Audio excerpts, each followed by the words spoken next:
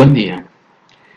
Con este video vamos a dar inicio al trabajo práctico número 2 de realimentación y espero que una vez que terminemos de resolverlo nos vayamos con la idea del rol regulatorio o correctivo que tiene la realimentación negativa en los circuitos electrónicos.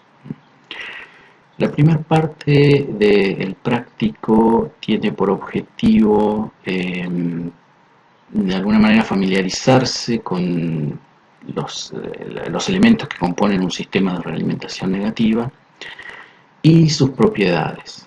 Bien.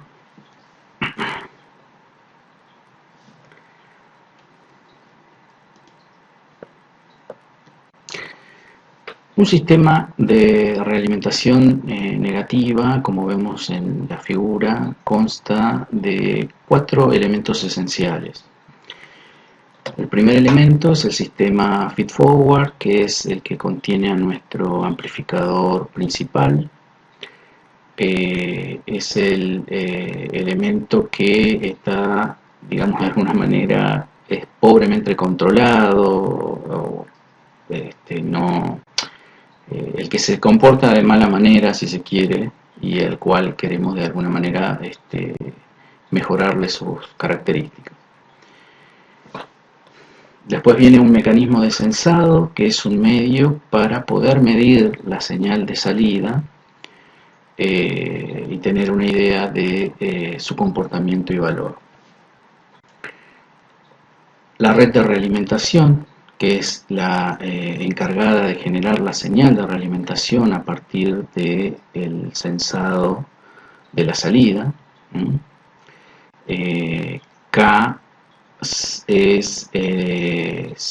lo suele llamar el factor de realimentación y se calcula como la señal realimentada dividido la salida.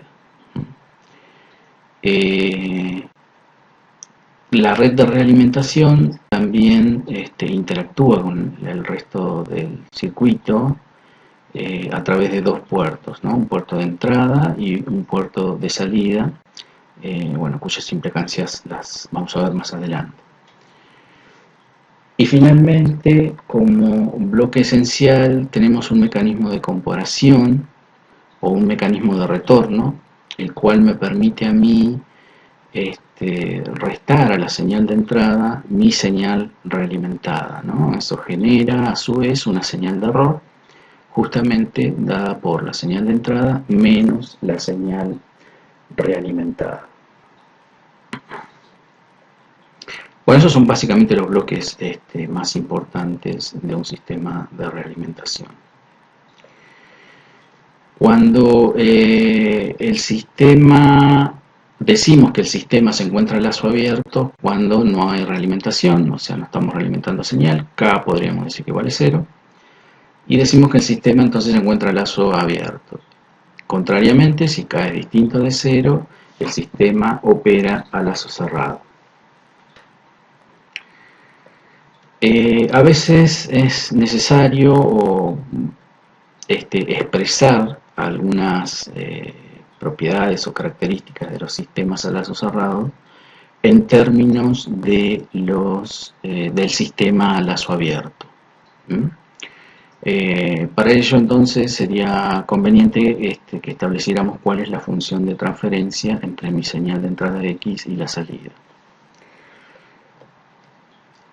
Podemos ver que la señal de realimentación XF la obtenemos como el producto de el factor de realimentación por la salida, y el error ya habíamos dicho que era la señal menos XF, o sea, combinando estas dos ecuaciones y teniendo en cuenta que el error es la señal que acciona o es la entrada de mi amplificador principal, que tiene ganancia 1,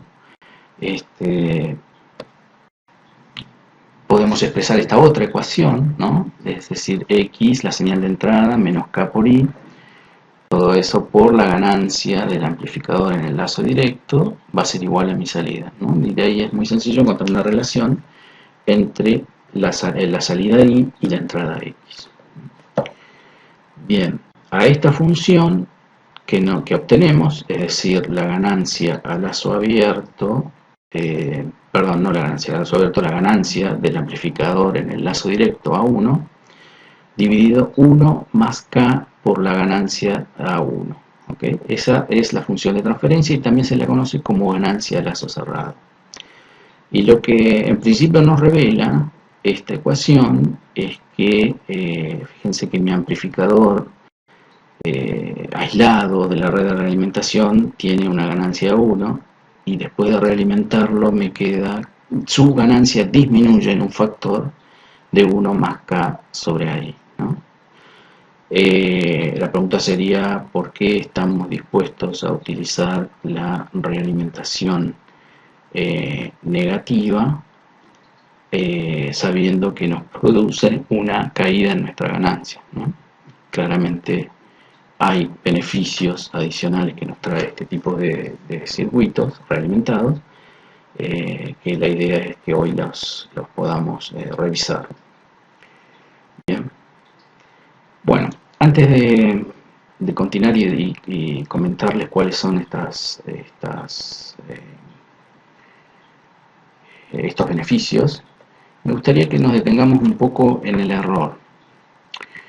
El error, que es la señal de entrada menos la señal realimentada, si tenemos en cuenta que la señal realimentada la podemos obtener como K por la ganancia 1 por el error, combino esta ecuación con la de arriba y despejando el error, llego a esa expresión. Es decir, el error es igual a la señal de entrada dividido 1 más K por A1. K por A1 se les suele llamar la ganancia a lazo abierto. El producto K por A1 es la ganancia a lazo abierto. Bien, si esta ganancia a lazo abierto es muy grande, típicamente mayor a 1, mucho mayor a 1, este cociente x sobre 1 más k por a1 tiende a 0. Entonces, si este cociente tiende a 0, el error está tendiendo a 0, por lo cual lo que me está diciendo es que la señal X se parece o debería ser muy próxima a la señal XF. Dicho de otra manera, mi señal realimentada XF se parece o es una réplica bastante buena de mi señal de entrada.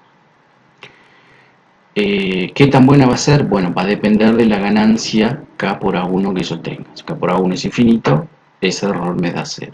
¿Bien?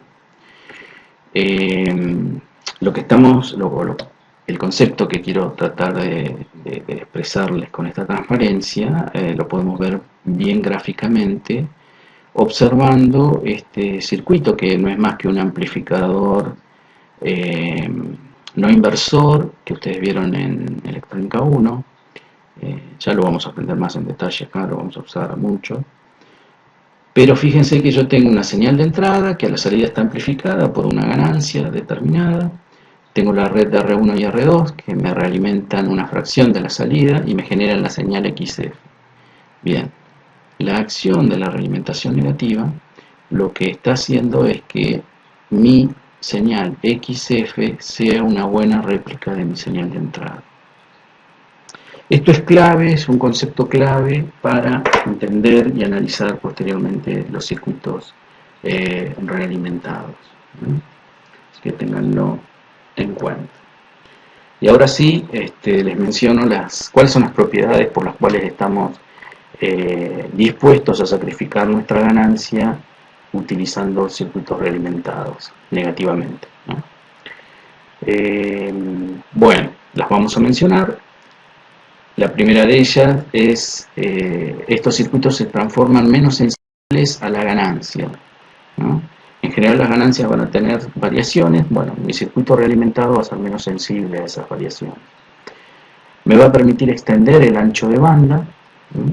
Ustedes saben, un amplificador tiene un determinado ancho de banda. Cuando yo lo realimento, gracias a que mi ganancia disminuye, voy a ver que mi ancho de banda lo puedo extender. Y también me va a permitir modificar las características de las impedancias de entrada y salida. Y finalmente, el mejoramiento de la linealidad.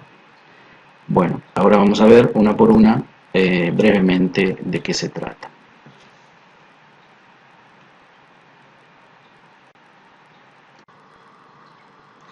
Bueno, la primera propiedad es la desensibilización a la ganancia. Supongamos que yo tengo una etapa source común en el camino directo que tiene una ganancia A1 igual a GM por RD. Ya eso lo sabemos. Y supongamos que requiere una ganancia de tensión de 4.00, es decir, una precisión de 2 dígitos. Bien, la ganancia, tanto la ganancia como el GM como la resistencia RD varían con la temperatura y también varían con el proceso de fabricación. Pueden tener variaciones de hasta más o menos un 20%. Entonces, ¿cómo hago para lograr dicha precisión? Bueno, realimentándolo, sabemos que la ganancia al lazo cerrado está dada por esa expresión, y si mi ganancia a lazo abierto es mucho mayor que 1, puedo aproximar la ganancia a lazo cerrado por el cociente 1 sobre K. Es decir, no depende de la ganancia A1, no depende de GM por RD. ¿Bien? Entonces, esta es la clave de la desensibilización a la ganancia. Al tener una alta ganancia en el lazo, una alta ganancia en lazo abierto, me independizo de la ganancia del amplificador en el camino directo. Bien. Veamos un ejemplo. Si tengo mi amplificador no inversor realimentado con estas resistencias, ya sabemos que su ganancia es 1 más R1 más R2, ¿no? Suponiendo que A1 tiene una alta ganancia, si no, si consideramos la ganancia del amplificador A1, nos quedaría esta expresión. Pero bueno, nosotros vamos a suponer que tiene muy alta ganancia y por eso llegamos a esta relación. Entonces acá me independicé de la ganancia del amplificador operacional, lo único que requiero de él que sea muy elevada, y me quedó dependiendo de los valores de la resistencia de R1 y R2, las cuales yo puedo elegir con la precisión adecuada para obtener los requerimientos solicitados. Bien. Uno puede lograr altas precisiones, por ejemplo, si estuviese en un entorno de circuitos integrados. O sea, si yo pudiese diseñar mi resistencia y meterla en un circuito integrado, lograr precisiones altas es muy factible, sobre todo porque yo puedo hacer las cosas muy próximas entre sí. Y una técnica muy utilizada es utilizar elementos unitarios. Fíjense que para lograr una ganancia de 4 yo necesito que la relación entre R1 y R2 sea de 3. ¿Ok? 3 más 1 me va a dar 4. Entonces, ¿cómo se implementa? Yo defino un tamaño unitario, por ejemplo, para la resistencia R2, y mi resistencia R1 va a ser la conexión en serie de 3 de estas resistencias. ¿Bien? Entonces, ¿con eso qué logro? ¿Qué espero? Como las resistencias son iguales, se supone que van a estar afectadas de la misma manera en su conjunto. Por lo tanto, la relación, como vemos en la cuenta que hemos hablado, es decir, R1 varió un 20%, R2 varió también un 20%, ¿no? En su cociente me sigue valiendo 3, por lo tanto mi ganancia la mantengo. ¿Bien? Entonces, esta es la idea de la desensibilización a la ganancia, ¿no? Poder independizarme de la ganancia del amplificador en el camino directo. ¿Bien?